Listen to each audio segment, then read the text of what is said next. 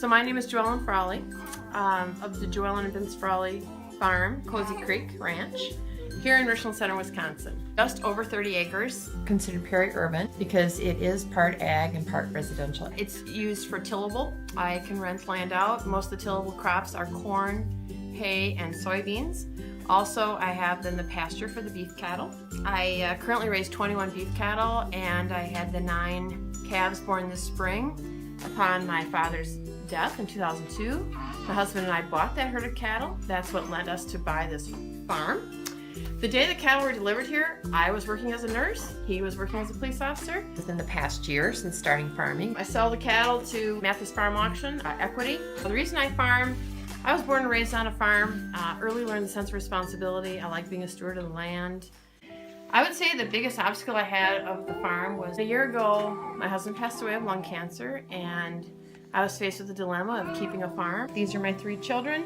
This is Rachel, Vince, Bridget, and Eric. And my whole family was here that whole week. It was wonderful, and supporting him. So I chose to hang on to the cattle through the winter. Some of the frustration was watering the animals with a water hose.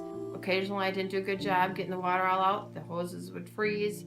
I have been working with Southwest Badger since March of 17, having Claudia Barris as my mentor. She's been innovative in helping me understand more about what is available and options, and has helped me grow the farm through the fencing, also through the different watering systems to help me with the problems I had last winter when I first took over the farm.